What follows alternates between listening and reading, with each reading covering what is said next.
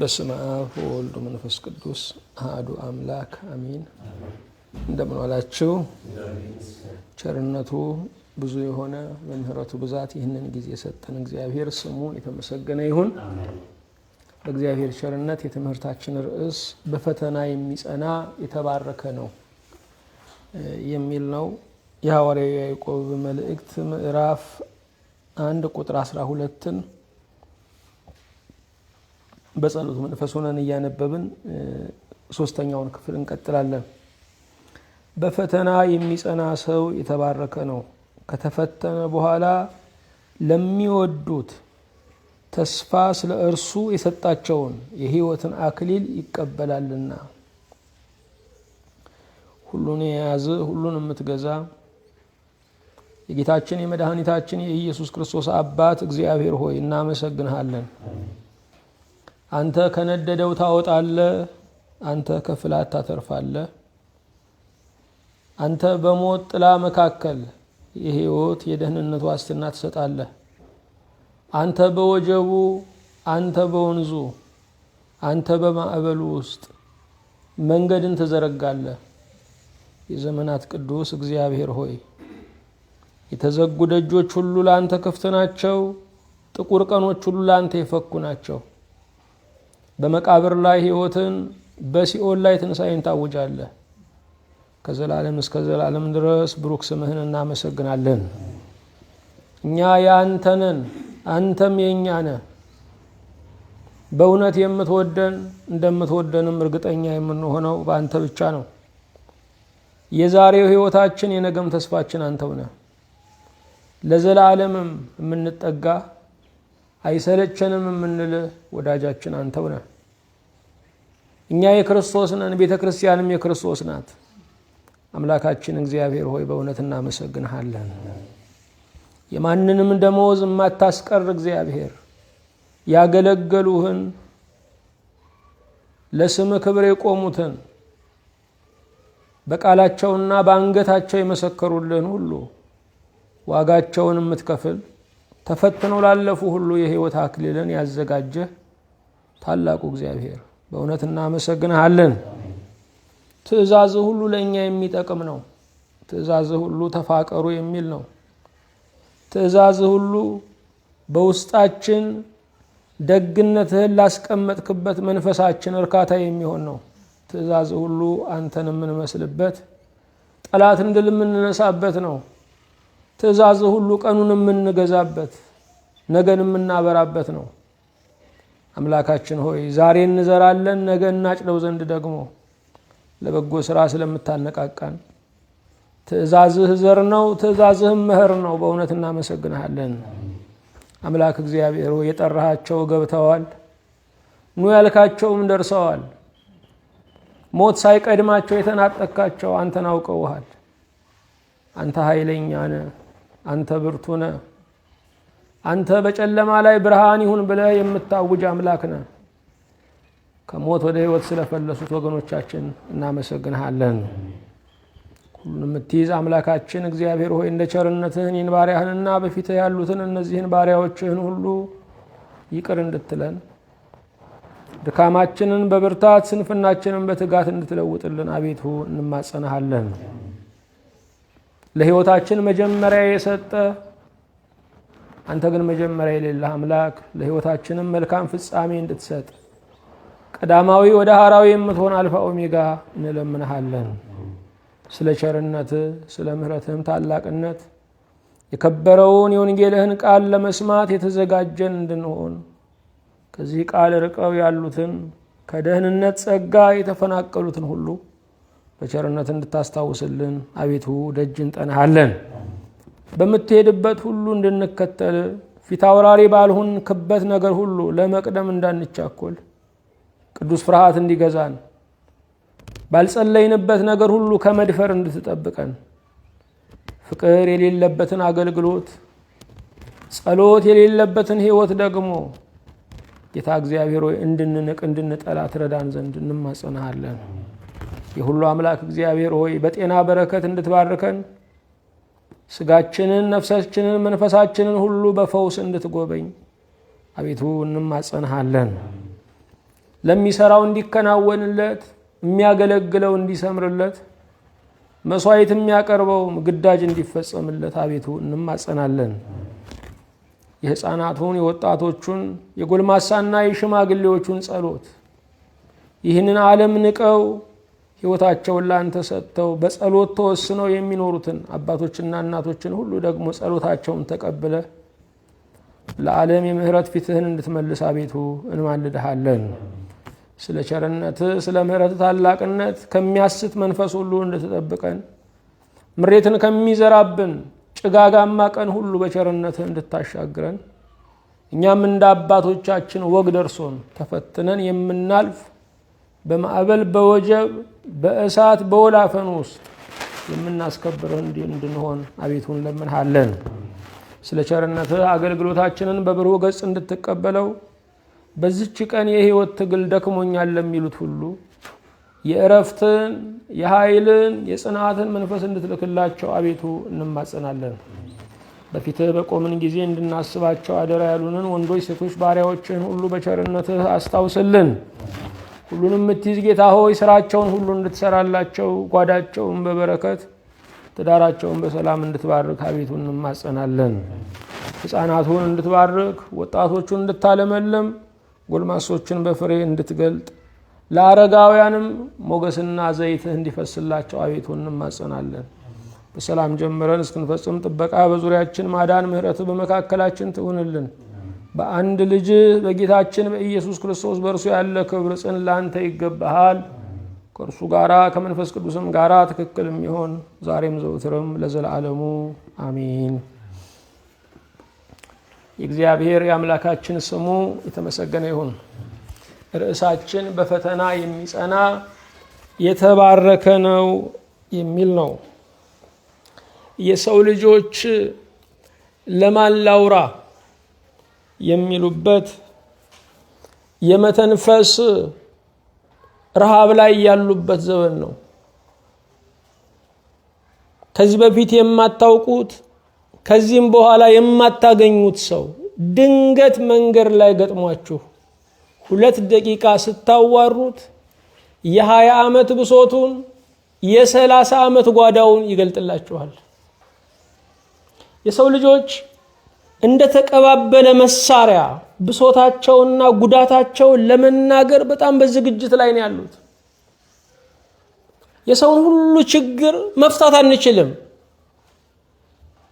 የራሳችንንም ችግር መፍታት አልቻልንም።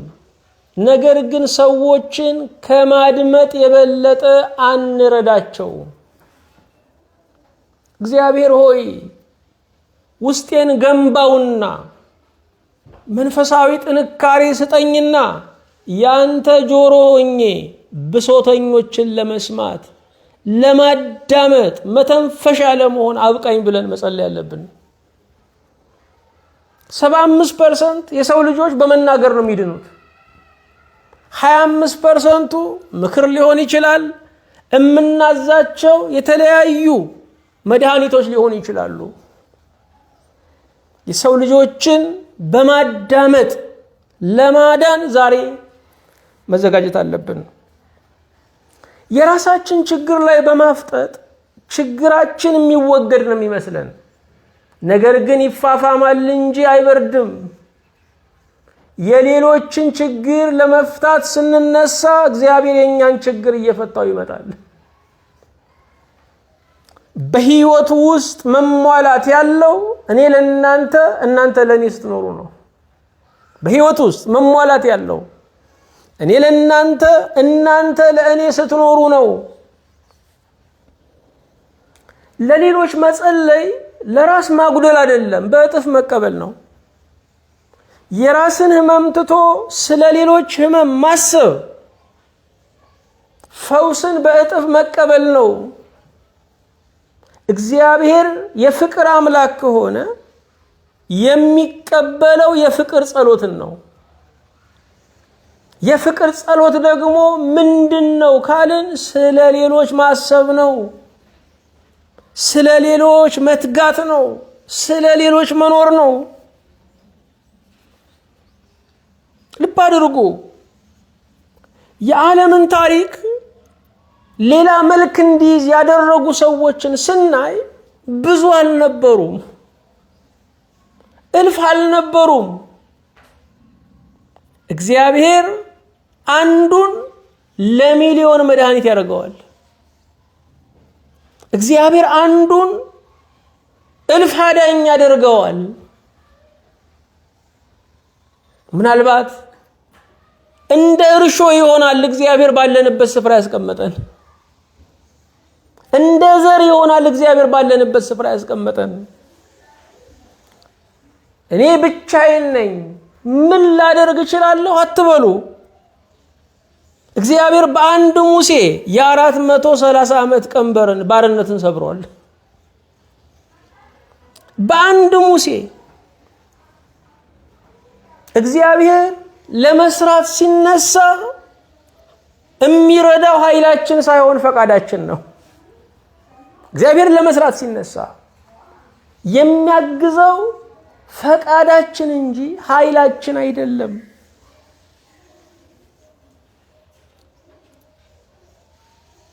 በዚህ ዓለም ላይ በበጎ አድራጎት የተገለጡ ሰዎችን ስናይ በጣም ጥቂቶች ናቸው። በብልጥግናቸው አይደለም፣ በድህነታቸው ብዙ ረሃብተኞችን አጥግበዋል። ቤት ሳይኖራቸው ለሚሊዮኖች ቤት ሰርተዋል። በዓለም ላይ ትልቁ ነገር አቅርቦት አይደለም፣ የቸርነት ልብ ነው። አቅርቦት ቀላል ነው፣ አዛኝ ልብ ግን ውድ ነው። ልብ ካዘነ ጉልበት አይገድም። ልብ ካዘነ ጉልበት አይከዳም። ልብ ካዘነ ጉልበት ኃይል ይጨምራል። በህይወታችን ውስጥ እግዚአብሔር ለሌሎች በማዘን እንዲባርከን በእውነት መለመን አለብን። ዛሬ ወዳጆች አይተዛዘኑም፣ ባለትዳሮች አይተዛዘኑም፣ ጎረቤቶች አይተዛዘኑም፣ መሪና ተመሪ አይተዛዘኑም። ይህን ሁሉ ትርምስ፣ ይህን ሁሉ የቁስል ስፋት የምናየው ባለመተዛዘን ነው። አንድን ሰው በእውነት እንደምትወዱት የምታረጋግጡት ስታዝኑለት ነው። ምንም አይሆንም እባክህ ካልን አንወደውም ያን ሰው። በልቶ ይሆናል ካልን አንወደውም ያንን ሰው። ምክንያቱም ፍቅር የሚወደው ሰው እንደበላ ሳይሆን እንዳልበላ ነው የሚሰማው። እንዳገኘ ሳይሆን እንደሌለው ነው የሚያስበው።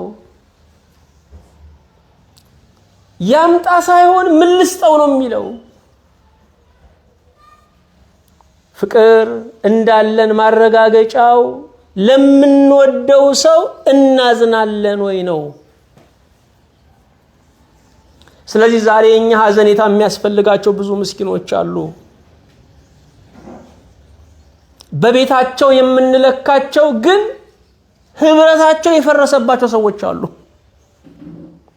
ብዙ ህንፃዎች ቆመዋል፣ ውስጣቸው ግን የፈረሰ ኑሮ ነው ያለው። ሰዎችን የምንለካቸው በጌጥ በልብሳቸው ነው፣ በቁመና በሰውነት ጥንካሬያቸው ነው። ውስጣቸው ግን ተፍረክርኳል። ዛሬ እግዚአብሔር ጆሮ አውሱኝ ይለናል። ለእግዚአብሔር ጆሮ ሆነን ብሶተኞችን መስማት አለብን። ጭንቀታቸውን ወደ ቤታችን ይዘን እንድንገባ ነው አይደለም። ሲናገሩ እነሱ ያርፋሉ።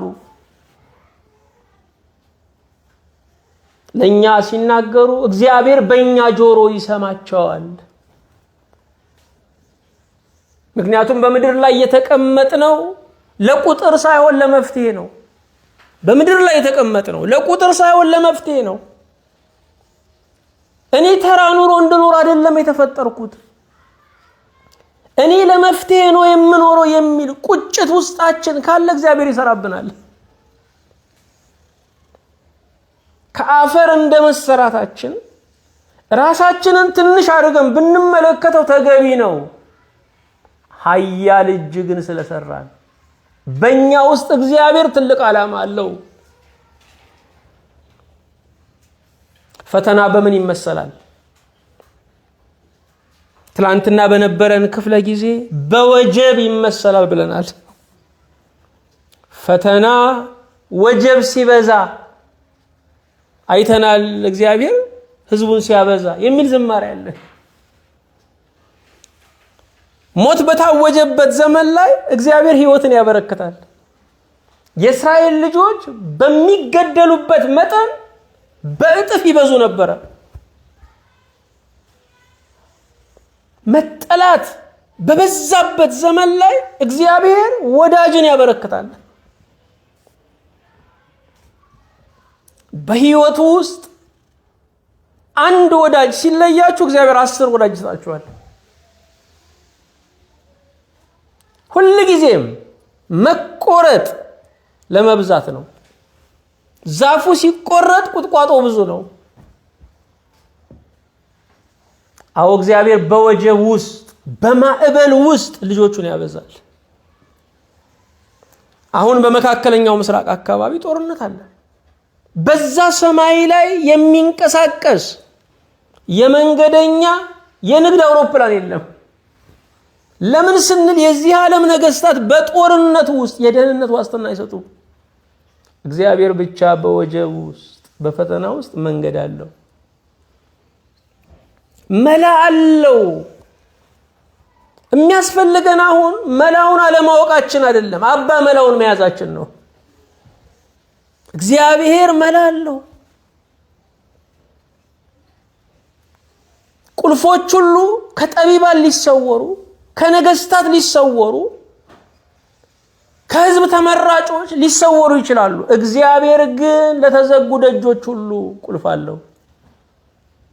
የተዘጋውን በመክፈት የታወቀ አምላክ ነው። ፈተና በወጀብ ይመሰላል። ሁለተኛ እንሂድ። ፈተና በወጥመድ ይመሰላል ብለናል። ይህንንም አይተናል። ዛሬ ፈተና በሚዛን ይመሰላል።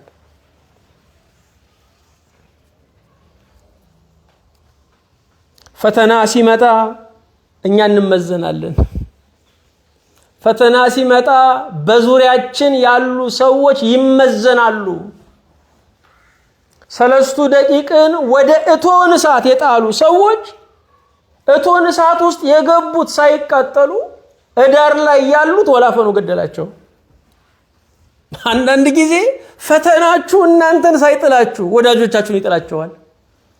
እናንተ ለተጎዳችሁት፣ እናንተ ለጠቆራችሁት፣ እናንተ ለተገፋችሁት የሚሸሻችሁ ይበዛል።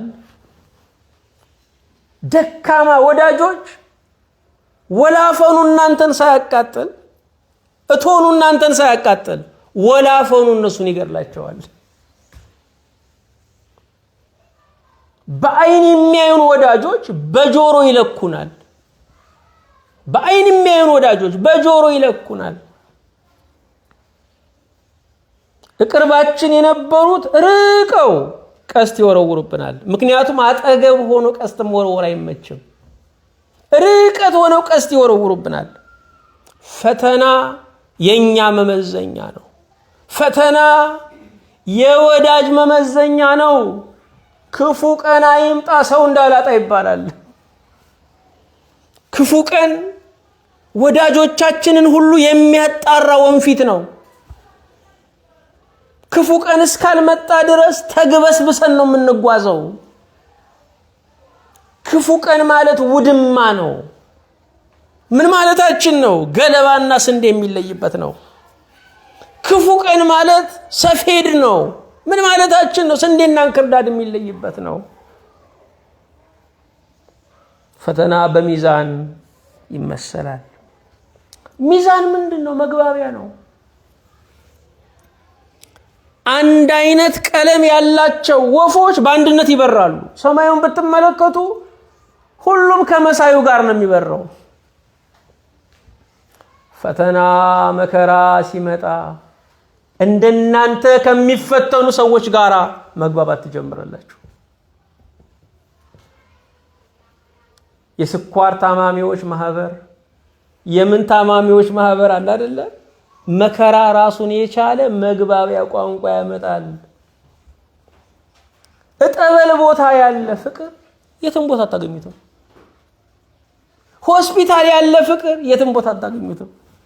እስር ቤት ያለ ፍቅር የትም ቦታ አታገኙትም። የሰው ልጅ ፍቅርን ምቾት ሲነጥቀው ፈተና ግን ይመልስለታል። ያ ጠበልተኛ እሱን ከሚመስል ታማሚ ጋር ይግባባል፣ ይዋደዳል፣ ይተዛዘናል። የኔ ምግብ መጥቷል ብላ ይባባላል። ፈተና ሚዛን ነው። ሚዛን መግባቢያ ነው። ከሱቁ ሰውዬ ከገዢው ጋራ መግባቢያው ምንድነው? መተማመኛው ሚዛን ነው። ሚዛን ሁለተኛው መተማመኛ ነው። በፈተና ውስጥ በመከራ ውስጥ ያገኛችሁትን ሰው ታምኑታላችሁ። ለምን? በጎዶሎ ቀን ሙሉ ሆኖ አይታችሁታል። አንዳንዴ ህይወታችንን የምንሰጣቸው ሰዎች በመንግስታት ደረጃም ነው። በመፈንቅለ መንግስት ጊዜ ከነሱ ጋር አብረው የቆሙትን ያላስደፈሯቸውን መሪዎች ህይወታቸውን ለነሱ ይሰጣሉ። ፈተና ምን ያመጣል? መተማመን ያመጣል። ወዳጃችንን ፍጹም የምናምነው በመከራ ቀን አይተነው ነው። ሚዛናውንም ከሚዛን በኋላ ዋጋ አለው። አንድ ነገር ይመዘናል። ተመዝኖ ካበቃ በኋላ ወዲያው ምን ይደረጋል? ክፍያ አለ። ፈተና አብሮት ምን ይዞ መጥቷል? ዋጋ ይዞ ይመጣል። ክፍያ ይዞ ይመጣል። ሚዛንን በሚመለከት ገዢውም ሲጠራጠር ሻጩም ሲያሳምን የሚሉት ነገር አለ። ሚዛን ለራስ ነው። በፈተና ሰዓት ላይ ከዛ ሰው አጠገብ መቆማችን ውለታ አይደለም፣ መታመን ለራስ ነው። የቆምኩት ለዛ ሰውዬ አይደለም፣ ለኔ ክፉ ቀን የቆምኩት። እግዚአብሔር አንዳንድ ጊዜ ዕዳዎችን በዋዜማ ያስከፍለናል። የኔ ዕዳ ነገር የሚመጣ ከሆነ ዛሬ በወንድሜ ለቅሶ ላይ በወንድሜ ጉዳት ላይ ዕዳዬን እንድከፍል ያደርገኛል። ወገኖቼ በህመማችሁ በስብራታችሁ ጨርሶ የማትጎዱት በሌሎች ህመምተኞች በሌሎች ሰባራዎች ላይ ልቤ እንዳልጨከነ እርግጠኛ ነኝ ስትሉ ነው። ኢዮብ በዚህ ነው ተጽናናው። በሌሎች ሐዘን ላይ ሐዘንተኛ ነበርኩኝ አለ። በሌሎች ስብራትና የለቅሶ ቀን መገኘት የልቡ ሙላት ይሰጣል። ይሄ ብቻ አይደለም፣ ሚዛን ልክ ለመሆን ይርገበገባል። ተርገብግቦ ነው ልክ የሚሆነው። ወደ ልክነት እስክንመጣ ብዙ መንቀጥቀጥ አለ። ትክክለኛው ነገር ላይ እስክንደርስ ድረስ ብዙ መርገብገብ አለ። ከእውነት ጋር እስክንወግን ድረስ ብዙ መርገብገብ አለ። ልክ የሆኑ ነገሮች በዋጋ ነው የሚገኙት፣ በመስዋዕትነት ነው የሚገኙት፣ ከብዙ ፍርሃት በኋላ ነው የሚገኙት። ለእውነት የቆሙ ሰዎች አይታችኋል። ብዙ ቀኖች ብዙ ሌሊቶች ከራሳቸው ጋር ተሟግተዋል። ስለዚህም በውሸት ከምኖር በእውነት መሞት ይሻለኛል ብለው ቆርጠው የወጡ ናቸው። እንዴት ደስ ይላል ወገኖቼ! በሽታ የሚበላውን እድሜ፣ ጥይት የሚወስደውን እድሜ ለእውነት ማዋል መታደል ነው። ሚዛን ለእግዚአብሔር ነው። ሁሌ ሲባል ምን ሰማውናል? ሚዛን ለእግዚአብሔር ነው፣ በነፍስ የሚያስጠይቅ ነው እንላለን። የፈተናችን ዋጋ ከፋይ እግዚአብሔር ነው። የመከራችን ዋጋ ከፋይ እግዚአብሔር ነው። በመከራና በፈተና ለደረሰብን ኪሳራ ከፋዩ የሰራዊት አምላክ እግዚአብሔር ነው። በፈተናችሁና በመከራችሁ ሰዓት አዛኝ ትመኛላችሁ፣ ችግር የለውም። እግዚአብሔር ከእናንተ ጋር ነው። ሰዎች ባያዝኑላችሁ፣ ወዳጆች በሚገባው መጠን የእናንተ ቁስል ባይሰማቸው፣ የፈተናና የመከራን ዋጋ ከፋይ እግዚአብሔር አለ። አሁን እንመዘናለን። በክፉ ቀን እንመዘናለን፣ በሰዎች ክፉ ቀንም እንመዘናለን፣ በእኛ ክፉ ቀንም ሰዎችን እንመዝናለን። ዝም ብሎ ከመኖር የፈተና ቀኖች አስፈላጊ ናቸው። ለምን ስንል ሐሰተኛ ወዳጅነትን ያጣሩልናል። እግዚአብሔር ይመስገን። ፈተና በምን ይመሰላል? በሚዛን ይመሰላል። በሚዛን ይመሰላል።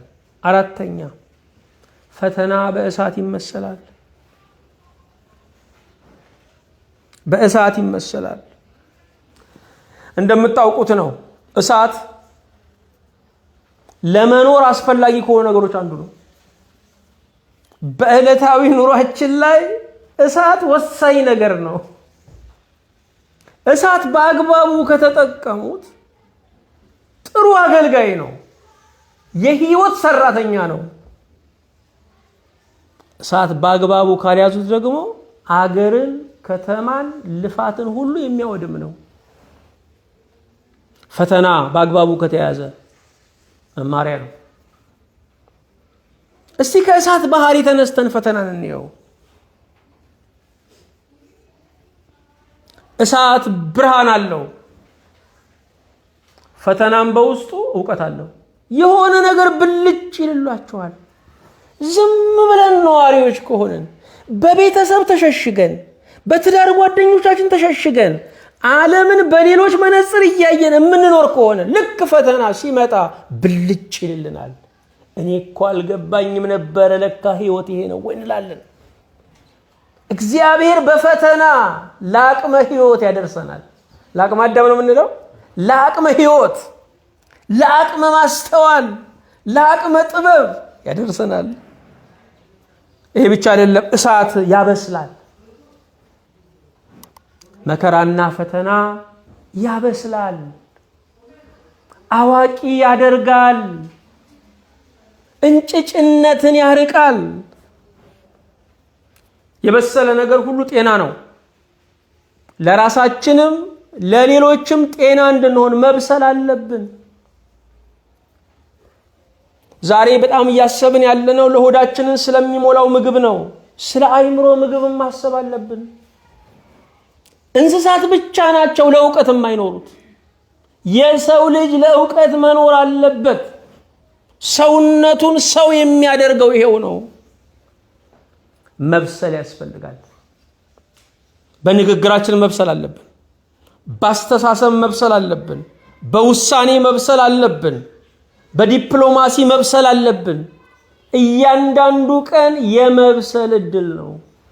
ከተጠቀምንበት፣ ካነበብን፣ ከሚበልጡን ሰዎች ጋር ከዋልን፣ ህይወትን ማስተንተን ከቻልን፣ ይሄ ነገር ለምን መጣብኝ ብለን መጠየቅ ከቻልን እያንዳንዱ ቀን የመብሰል እድል ነው። እንዳንበስል አናነብም። እንዳንበስል የምንውለው ከኩዮቻችን ጋር ነው። ከኩያ የሚገኘው የምናውቀውን ዕውቀት ነው። ከኩያ ጋር የምታወሩት ትዝታን ነው። ያኔ ትዝ ይላል ልጅ እያለን፣ ያኔ ትዝ ይልሻል ያኔ ተማሪ ቤት እያለን ነው። ትዝታ ነው የሚወራው። ስለ ወደፊት የሚወራው ከሚበልጡን ጋር ነው። ማደግ የሚፈልግ ሰው ሁሉ ጊዜ የሚውለው ከሚበልጠው ጋር ነው። ስለዚህ እንዳንበስል ከሚበልጡን ጋር እየዋልን አይደለንም። የሚገስጹንን ሰዎች እንሸሻለን። ታሪክ አንጠይቅም። የዓለምን ሁኔታ አንመረምርም። ወገኖቼ ዝም ብለን ለምግብ ከሆነ የምንኖረው በሬም እንደዛ ነው የሚኖረው። በጠዋት ይነሳል፣ ለእርሻ ይወጣል፣ ቀኑን በሙሉ ይለፋል፣ ሲመለስ ሳር ይሰጠዋል። ከበሬ ያለፈ ህልውና ያስፈልገናል። እሳት ያበስላል። ፈተና የሚመጣው እንድንበስል ነው። እግዚአብሔር አያቃጥለንም፣ ግን ያበስለናል። እኛ ተቃጠልኩ ነው የምንለው፣ እግዚአብሔር ደግሞ በሰላችሁ ነው የሚለው። አሁን ፈተናችንን በሚመለከት እኛ ተቃጠል እንላለን። ብንቃጠልማ ተቃጠልኩም አንልም ነበረ። ተቃጠልኩ ለማለትም መኖር ያስፈልጋል። እኛ ተቃጠልኩ እንላለን፣ እግዚአብሔር ደግሞ በሰላችሁ ይለናል። እሳት ይለያል። እሳት ይለያል። እሳት ከትላንት አስተሳሰባችሁ፣ እሳት ከአጉል ባልንጀሮች፣ እሳት ከአጉል ርዕዮተ ዓለም ይለያል። ወርቅን ከአፈር የሚለየው ምንድን ነው? እሳት ነው። እሳት ነው። ሰምና ወርቁን ሲባል ሰምታችሁ ታውቃላችሁ አይደል? ሰምና ወርቁን እንላለን። ሰሙ ይሄ ነው። ምን ማለት መሰላችሁ? ሰሙ ቀላጭ ነው፣ ኃላፊ ነው። ወርቁ ግን በእሳት ውስጥ ጸንቶ የሚቆም ነው። ስለዚህ ሰሙን ከወርቁ የሚለይልን ምንድን ነው? እሳት ነው። ፈተና ነው። ፈተና ነው። አንዳንድ ደካማ የሚመስሏችሁን ሰዎች ዘመዶቻችሁን ጠራ አድርጋችሁ እንዲህ አይነት ችግር ገጥሞኛል፣ ካንተ ከወንድሜ ካንቺ ከወንድሜ የተሻለ ሰው የለኝም፣ መፍትሄ ፈልጉ በሏቸው። እልም ነው የሚሉት። አትገናኙም። ምክንያቱም የእኛን አይስክሬም ብቻ እየላሱ መኖር የሚፈልጉ ሰዎች አሉ። የሳቃችን ወዳጆች ናቸው፣ የለቅሳችን ወዳጅ መሆን አይችሉም። ብሉልኝ ጠጡልኝማ በር ከፍተን መንገደኛውን ብንጠራው ሁሉ ይካፈለዋል። እውነተኛ ሰብዕና በሰው አርብ ላይ እንደ እመቤታችን እንደ ዮሐንስ መገኘት ነው። የመስቀሉ ወዳጅ መሆን ነው። ሁሉም ሰው አርብ አለው ወገኖቼ፣ ሁሉም ሰው እሁድ አለው። ምናልባት ዛሬ ለእናንተ አርብ ሆኖ እንደሆነ ለነገሌ ግን እሁድ ነው። ስለዚህም ትንሣኤው ላይ የዋሉ የአርብ መከረኞችን ማጽናናት አለባቸው። ዛሬ ለእኛ እሁድ ትንሣኤ ሆኖ እንደሆነ አርብ ለደረሰባቸው ማረጋጋት አለብን። እሳት ያጠራል፣ ያጠራል። ገለባውን ይለያል፣ አፈሩን ይለያል፣ ጥራትን ያመጣል። ልብ አድርጉ። የመጥራት ሂደቶችን እስቲ ዝም ብላችሁ ተመልከቱ። ሰዎች ፊታቸው የጠራ እንዲሆን በእስቲም ውስጥ ያልፋሉ። ጥርት እንዲል ያ ሁሉ እሳት እኮ ነው። መከራ ያጠራል። ኩልል ያለ ውበታችን እንዲወጣ ያደርጋል። የውበት መሳሪያዎቹን ዝም ብላችሁ ተመልከቱ።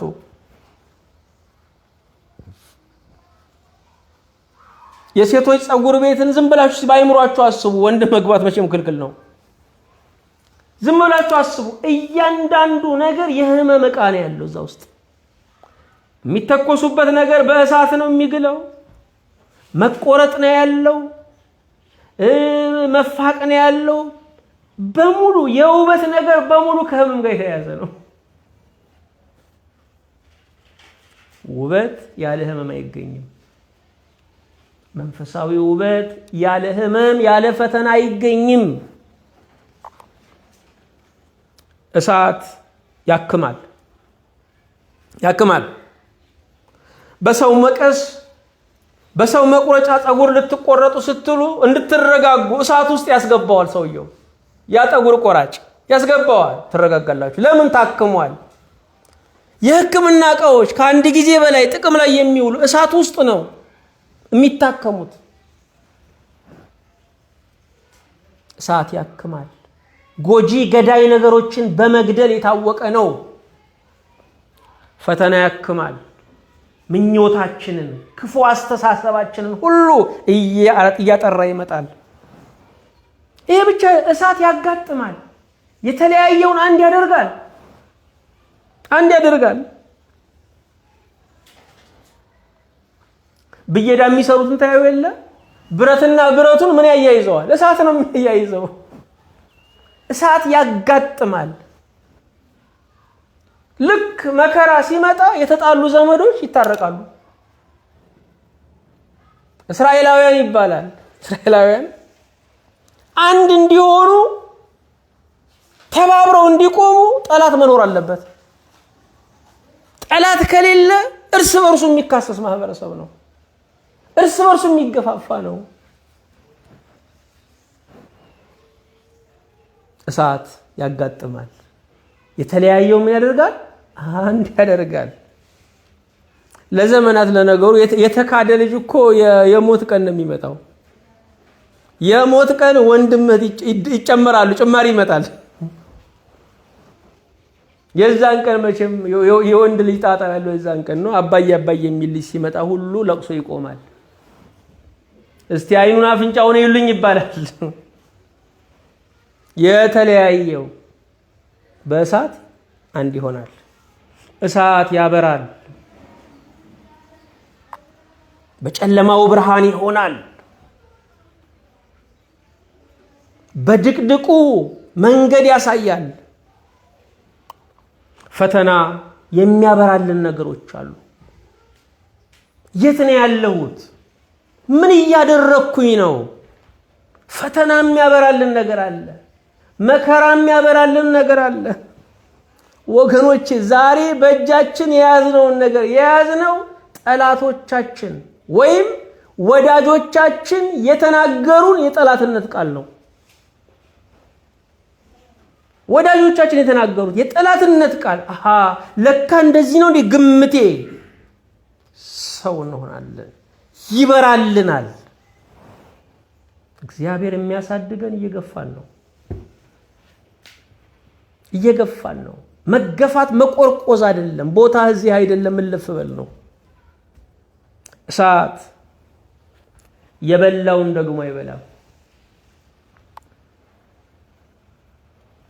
ሰደድ እሳቶች ሲነሱ የሚደረገው ነገር ምን መሰላችሁ? እሳቱ የበላውን ይሰበሰብና መንገዱ ላይ ይደረግለታል፣ ይከስማል።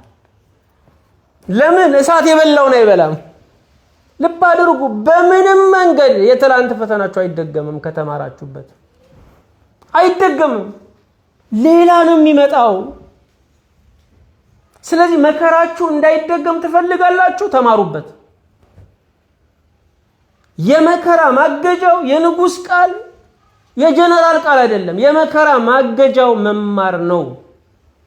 ካልተማርን እየደገመ ይመጣል። ተማሪው ካላጠና ያምናውን ትምህርት ዘንድሮም ይማራል እዛው ደግሞ።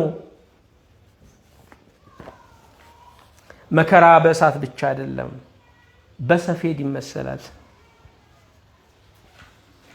ጌታ ኢየሱስ ክርስቶስ ምስጉን ጌታችን ምን አለ?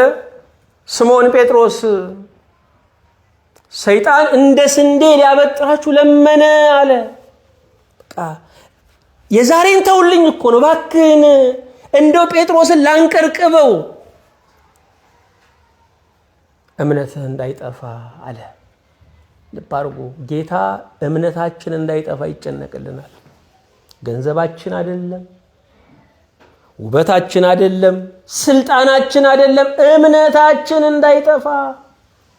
የከሰርነውን ነገር ሁሉ በእምነት እናገኘዋለን። የእምነት ኪሳራ ግን መድህን የለውም፣ ኢንሹራንስ የለውም። ወገኖቼ በምንም ነገር ክሰሩ፣ ሃይማኖትን አትክሰሩ። ሃይማኖት ብንወድቅ የምንነሳበት ምርኩዝ ነው። በጨለማ ውስጥ ብንሆን እንደገና የምናበራበት ተስፋ ነው። የተስፋ ፓውዛ ነው። እምነትህ እንዳይጠፋ፣ በፈተናችን ሰዓት እምነታችን እንዳይጠፋ መጸለይ ያለብን። ገንዘቡ ነው ይሄድ፣ ከኛ በኋላ የመጣ ቀድሞን ይሄድ ምን ይደንቃል? ገንዘብ ቢሄድ ገንዘብ ይመጣል፣ ወዳጅም ቢሄድ ወዳጅ ይመጣል። እምነት እንዳይጠፋ በፈተና ሰዓት መጸለይ ያለብን። እምነቴን ጠብቅልኝ።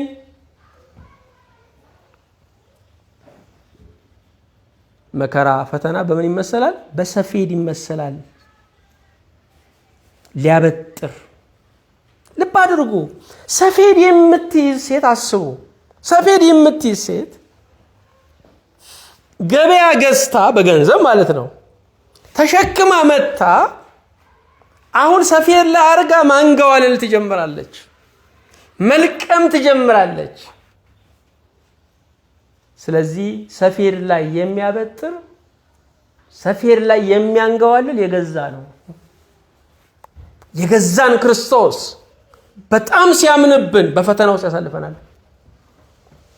ጀነራሎቹ በጣም ያመኑበትን ወታደር በዚህ ጋር ሂድ ይሉታል። ምናልባት እግዚአብሔር ተወራርዶብን ሊሆን ይችላል። ልጄማ በዚህ ፈተና ያስከብረኛል ብሎ እንዳናሳፍረው መጠንቀቅ አለብን። ሰፌድ መበጠር አለው። ፈተና ያበጥራል። መበጠር ቀላል እንዳይመስላችሁ። ከፍ እያሉ መውደቅ ነው። አንዳንዴ ከከበርን በኋላ እንዋረዳለን። አቦ አቦ ያለን ሁሉ የውሻ ቆዳ አልብሶ ክፍ ክፍ ይለናል። የከበቡን በሙሉ ይበተናሉ። ትላንት ይቀለን የነበረ ነገር ሁሉ ዛሬ ዳገት ይሆናል። ፈተና ያበጥራል፣ ግን ውጤት አለው። ውጤቱ ምን? ጥራት ነው። ጥራት ነው። ፈተና ያንገዋልላል። እያንገዋለለ ገለባው በዚህ ጋር፣ አፈሩ በዚህ ጋር፣ እንክርዳዱ በዚህ ጋር ይቀርና ለብቻው ይቀራል። ፈተና ያንገዋልላል። ገለባ ባልንጀሮችን ይለያል። ገለባ ጠባያችንን ይለይልናል። እንክርዳድ ኃጢአታችንን ይለያል። እንክርዳድ የሆኑ የሚያሰክሩ ሰዎች አሉ፣ እነሱን ይለየናል። ቀናችሁን የሚያመሳቅሉ ሰዎች አሉ። አንድ የነሱን ስልክ ስትሰሙ ሙሉ ቀን ተረብሻችሁ የምትውሉባቸው ሰዎች አሉ። የሁከት ድሮኖች አሉ። ሁከትን ተሸክመው የሚሄዱ ሰዎች አሉ። መከራ ያንገዋልላል። ለብቻ ያደርገዋል። በመከራችሁ ሰዎች ቡድን ይይዛሉ። እዚህ ጋር አንድ ቡድን፣ እዛ ጋር አንድ ቡድን፣ እዛ ጋር አንድ ቡድን ይይዛሉ። መሃል ላይ ሰፈን እንቀራለን። መሃል ላይ ተንገዋለን እንቀራለን። ሰፌድ አሁንም በውስጡ ምን አለው? የመለየት ስራ ይሰራል። በሰፌድ ላይ እንክርዳድና ስንዴ ይለያያሉ። ከራሳችን እንክርዳድ ጠባይ ካላቸው ሰዎች እንለያያለን። መከራ ጨካኝ ነው ወገኖቼ። እያስለቀሰ ነው የሚያስተምረን። ነፃ የትምህርት ዕድል አሁን ተቀምጣችሁ የምትማሩት ነው። በመከራ ግን እየከፈላችሁ ትማራላችሁ። ነፃ የትምህርት ዕድል የተጠቀመ ሰው በነፃ ይማራል። የእግዚአብሔር መደበኛ የትምህርት አሰጣጡም ይኸው ነው። እምቢ ያለ ሰው ደግሞ እየከፈለ ይማራል። ሰፌድ ላይ አሁንም መቀነስ ያመጣል። 50 ኪሎ ጤፍ ስትገዙ ሲበጠር ሲጸዳ 48 ነው የሚገባው። ማነስ አለ፣ ግን ጥራት አለ። መከራ ይቀንሳል። መከራ ሲመጣ ብዙ ወዳጆች አይቀጥሉም። ብዙ ነገሮቻችን አይቀጥሉም። ጥርት እያለ ነው የሚመጣው። ውስን ሰው ነው የሚቀረው። ድሮም ከኛ ጋር ያልነበረ አሁን ሲሄድ ለምን የሚደንቀን ወገኖቼ? ድሮም ከኛ ጋር ያልነበረ ሰው አሁን ሲሄድ ለምንድን ነው የሚገርመን? ከኛ ጋር የነበሩማ ያሳለፉት ጊዜ ስለሚቆጫቸው አብረውን ይጓዛሉ። ይሄ ብቻ አይደለም። እኛ ለተጎዳን ሰዎች ይበልጥ ብሶተኛ ከሆኑ ልናግዛቸው አንችልም። ይሄ ብቻ አይደለም። በሰፌድ ላይ ያለ ስንዴ ለመብሰል ይዘጋጃል፣ ለጥጋብ ይዘጋጃል። እግዚአብሔር በፈተና ውስጥ እኛን ለብስለት ለሌሎች ጥጋብ ያሰናደናል። ለአምላካችን ለእግዚአብሔር ምስጋና ይሁን። ፈተና በወጀብ ይመሰላል፣ በወጥመድ ይመሰላል፣ በሚዛን ይመሰላል፣ በእሳት ይመሰላል፣ በሰፌድ ይመሰላል አለ። ቀጥሎ ደግሞ የምናየው ፈተና ከየት ይመጣል ነው። ፈተና ለስሜታችን ከመሸነፍ ይመጣል። ስለዚህ ዋነኛው የፈተና መምጫ ውስጣችን ነው። ውስጣችን ቅር ከሚለው እግዚአብሔር ቅር ይበለው እያልን ነው ብዙ ጥንቅጥ ውስጥ የምንገባው።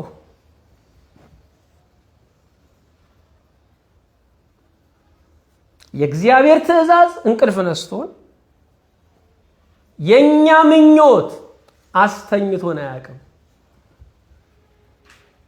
ምኞታችን ያልጠራ ስለሆነ ለቀን ሰላም ለሌሊት እንቅልፍ ይነሳናል። መከራ ፈተና ከስሜታችን ይመነጫል። የምንፈልገው ነገር ምንድን ነው? አሁን የሚያስቅ ነገር አግኝተን ደስ እንዲለን የምንፈልገው አይደለም። የምንፈልገው ሁሉ የቅጠል እሳት ነው።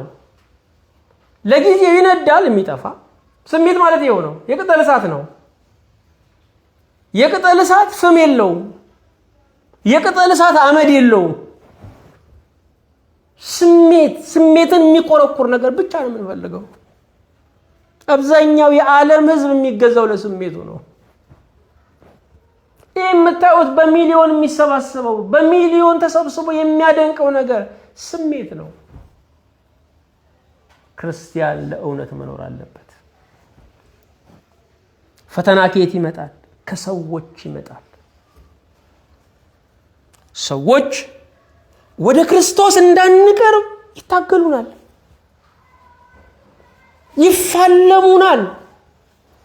ትላንትና ተስፋ ቢስ ስንሆን፣ ትላንትና ሞትን ስንከጅ፣ ትላንትና ለማምለጥ ብለን መጠጥ ውስጥ ስንደበቅ ያልገሰጹን ሰዎች አሁን ስንጸልይ ይገስጹናል።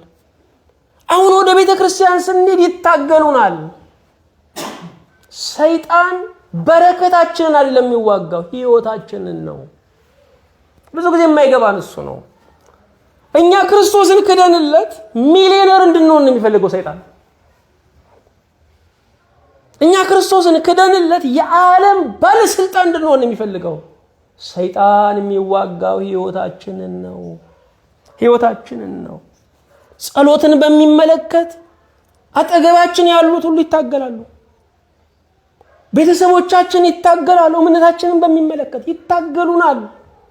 በብዙ ውሳኔያችን የሚስማሙ፣ በዚህ ግን አይስማሙም። ይህ ብቻ አይደለም ወገኖች፣ ደግነታችን ራሱ ፈተና ይገጥመዋል። አንዳንድ ጊዜ እግዚአብሔርን ደስ ይበለው ብለን የደግነት ስራ ስንሰራ ደግነታችን አድራሻ ካደረጋቸው ሰዎች ጦር መወርወር ይጀምራል።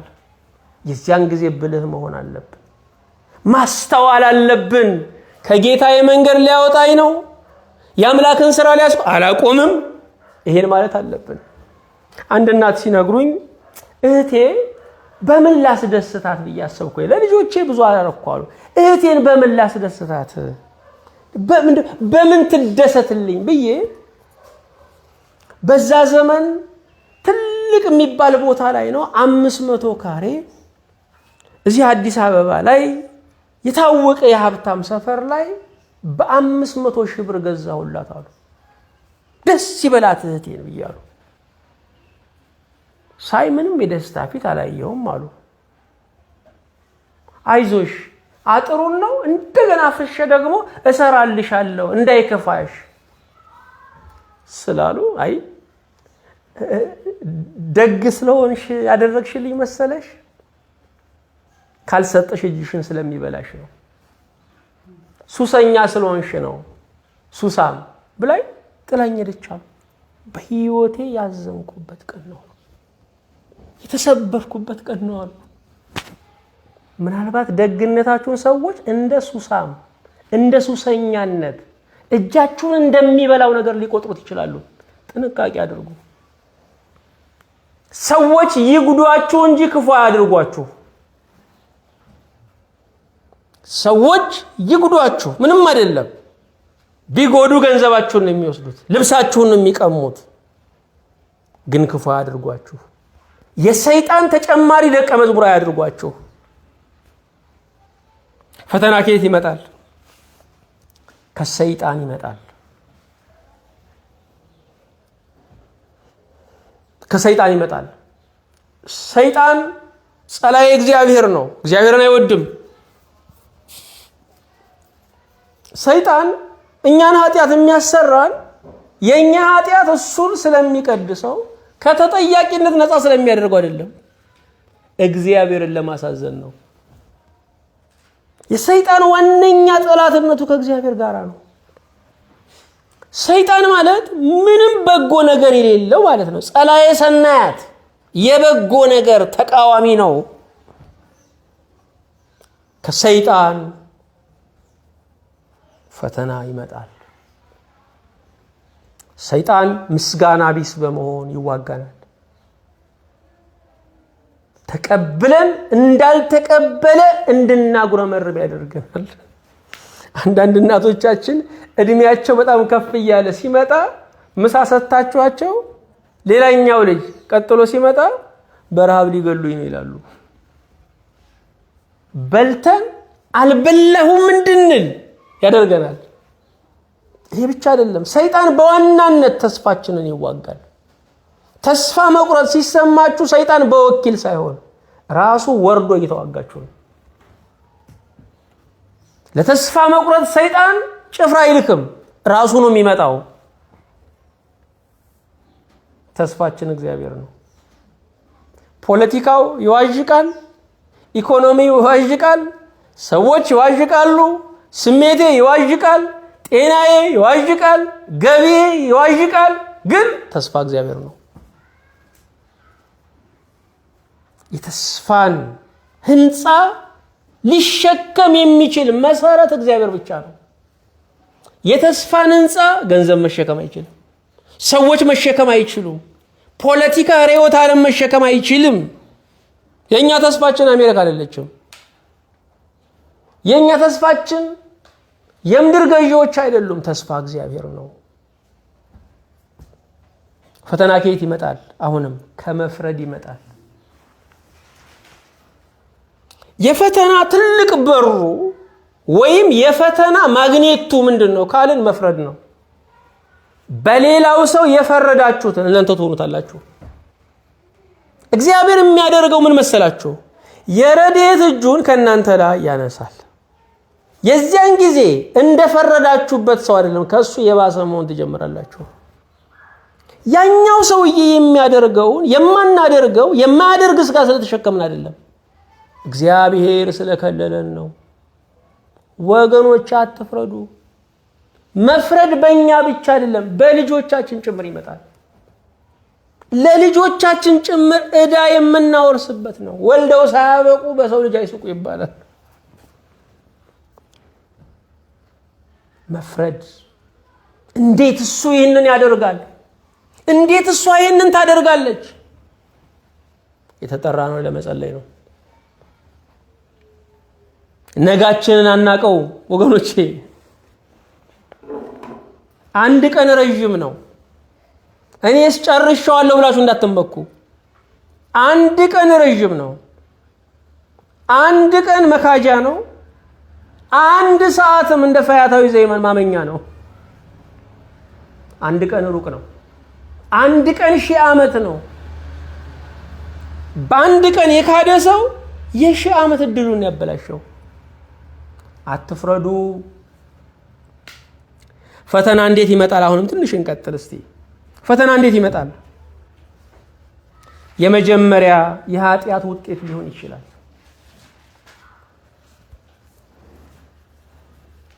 ሕይወት የዘራነውን የምናጭድባት እርሻ ናት። ሕይወት የዘራነውን የምናጭድባት ምንድን እርሻ ናት። ፈተና የኃጢአት ውጤት ሊሆን ይችላል። በአንዳንድ ፈተና ውስጥ ስናልፍ መናዘዝ ጥሩ ነው። ጌታ ሆይ ይቅር በለኝ፣ የትኛውን ስህተቴን የቆጠርከው? በደሌን ካየህብኝማ እኔ መኖርም በህልውና መገኘትም አልችልም፣ እባክህ ይቅር በለኝ ማለት አለብን። ከነናዊቷን ሴት ታስታውሳላችሁ? ልጅ ታማባታለች እኮ። የዳዊት ልጅ ሆይ ማረኝ አለች። ልጄን ማረልኝ፣ እኔን ማረኝ። የኔ ነፍስ በሽታ ለልጄ ስጋ በሽታ አምጥቷል፣ እኔን ማረኝ። ይሄ ብቻ አይደለም፣ ከታማሚ ያስታማሚ በሽታ ይበረታል። ስለዚህ እኔን ማረኝ፣ ከልጄ በላይ የታመምኩት እኔ ነኝ አለች። ፈተና እንዴት ይመጣል? ሁለተኛ ካለንበት ሁኔታ እንድንነቃ ደወል ሆኖ ይመጣል። መከራ ፈተና ካለንበት ሁኔታ እንድንነቃ ደወል ሆኖ ይመጣል። መቼም በፈተና ውስጥ የማንማረው ነገር እኮ የለም ወገኖቼ።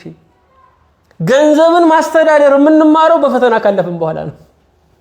ስባሪ ሳንቲም እንደሚቸግር ፈተና ያሳየናል። የዚያን ጊዜ መበተን አቁመን መዝራት እንጀምራለን። ደወል ካለንበት ሁኔታ የምንነቃበት ደወል ሆኖ ይመጣል። ስለዚህ መከራ ፈተና ክፉ አይደለም። ሶስተኛ የእምነት ጥንካሬያችን የሚለካበት ሚዛን ሆኖ ይመጣል። የእምነት ጥንካሬያችን የሚለካበት ሚዛን ሆኖ ይመጣል።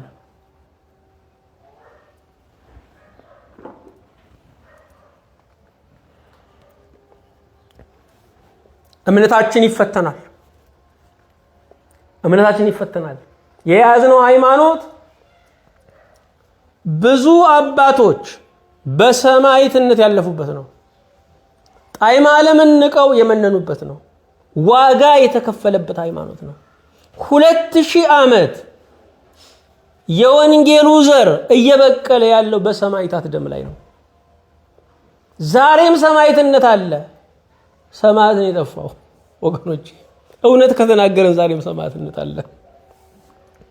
ጥንካሬያችን እንዲለካበት ቤተክርስቲያን የሰማዕታትን በዓል የምታከብረው ለበረከት ብቻ አይደለም፣ ሰማዕታትን ለማምረትም ነው።